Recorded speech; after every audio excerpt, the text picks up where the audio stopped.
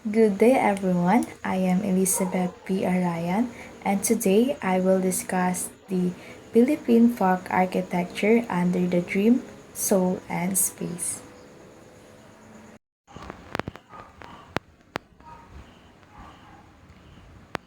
Dream, soul, and space. Philippine folk architecture. In every corner of our archipelago lies a dream etched in bamboo, nipa, and the very soil we walk on. These humble dwellings are more than structures. They are reflections of the Filipino soul, designed not just to shelter, but to harmonize with the earth, the sky, and the spirit within. Philippine folk architecture speaks of a timeless connection, an understanding of space that goes beyond utility. It is the embodiment of resilience, culture, and the dreams of people deeply rooted in nature and tradition. Soul and space. Early Filipinos construct architecture, which are folk simple structure usually intended to provide only basic shelter for the surrounding terrain without concern for following any architectural style and built of local materials and available tools by people who inhabit them. Each traditional house shows how the early Filipinos utilized and built it for a certain purpose and how they utilized the space available in each house. Some Philippine folk architecture. First, Bahay Kubo, Kamalig or Nipahat. It is a type of stilt house indigenous to most of the lowland culture of the Philippines. It often serves as an icon of broader Filipino culture, more specifically Filipino rural culture. Its name is actually from the Spanish phrase cubo, meaning cube, because of its square look, and bahay is the Filipino term for house. This typical village dwelling is simple and made out of organic materials that have been around for a very long time. The making of a bahay kubo is based on the needs and conditions of the people and the environment. It is made of the ever-reliable bamboo or kawayan and joined together by organic strings with dried coconut leaves or kugon grass. It is a shelter in the rainy season and provides shades in the hot summer. This native Filipino home exemplifies the Filipino concept of shared space and limited privacy. A bahay kubo usually has no divisions for rooms. It is designed for family, living, and all household activities. Next is the Ifugao house or bale. The houses are usually similar in architectural designs, but they differ in decorative details depending on the tribes. The houses are harmoniously located with the contour of the rice terraces. The one-room house of the Ifugao, commonly known to them as bale.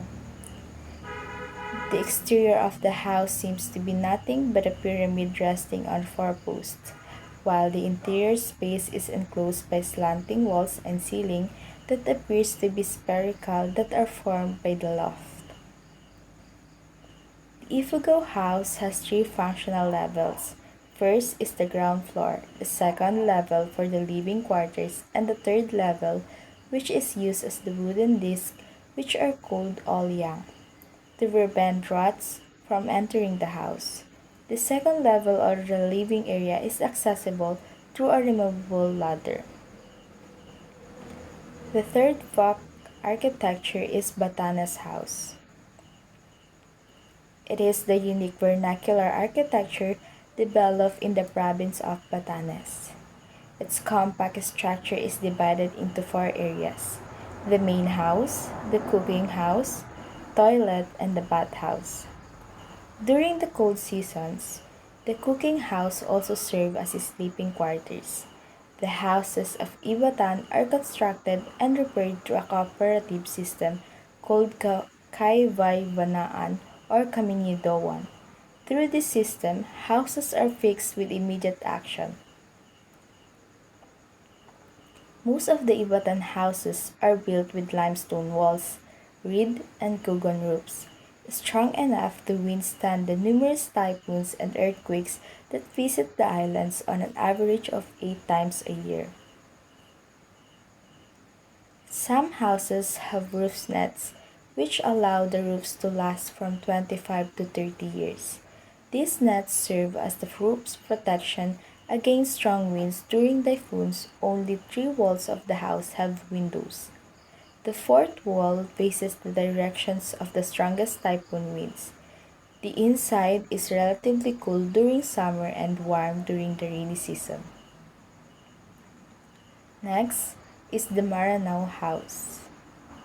A Thorogon, which literally means a place for state, is the stately house of the elite members of the Maranao tribe in the province of Lanao del Sur or the island of Mindanao, Philippines.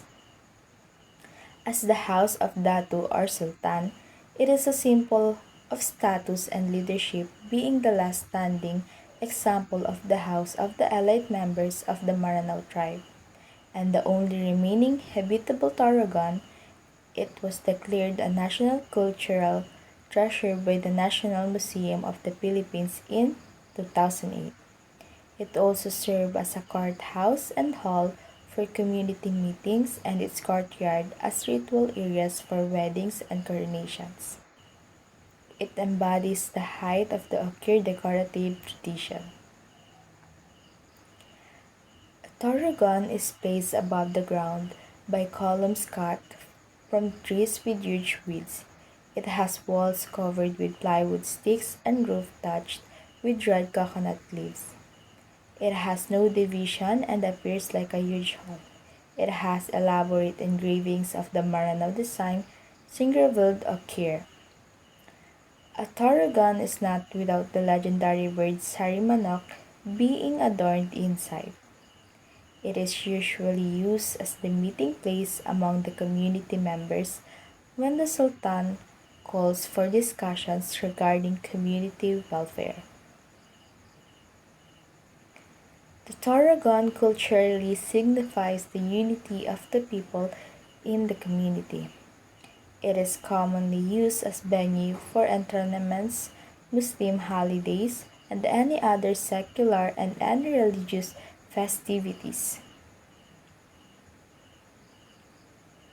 Next is the houses on stilts.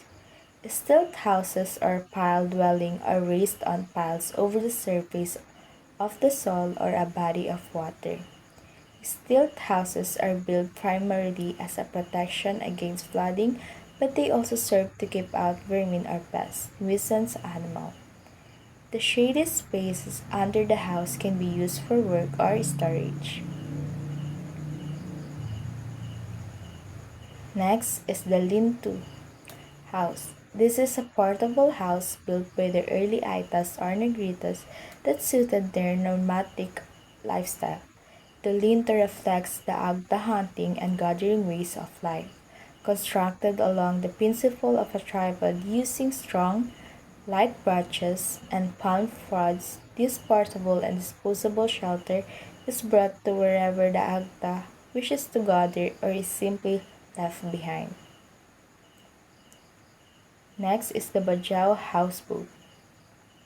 The houseboats of Bajau sea gypsies of the Philippines cruise along the island in the Sulu archipelago. These range from 12 to 60 feet long but not more than 60 feet wide. Their unique ecological setting and fishing economy compel the Bajau to adjust to the limited space of their floating homes where the prows are carved with ukil design. Strong platforms are made on both ends of the boat for the fish, kitchen utensils, and fishing gadgets, with the kitchen area usually found at the back. Next is the Higaonan tree house in the hinterlands of Agusan and Misamis Oriental. The Higaonan build their tree houses of flash sampling nipa or kugon grass, split bamboo, rattan, and bark of trees. The low roof at times also serve as walls. Wobbling catwalks connect the smaller houses of about 6 feet by 8 feet wide to a central communal room where a square box of earth serves as fireplace and the kitchen. Such breezy and swaying complex structure sufficient for 60 people, are held together by split rattan and are traditionally built as defenses against enemy attacks. The way we live tells us who we are. So our homes are dead giveaways. The way we arrange our homes show how we like to live and how we relate to the other people who live with us. The positioning of furniture and choice of embellishments are personal choices. However, the arrangement of the different spaces inside the house and their varying degrees of privacy demonstrates the lifestyle patterns of each culture.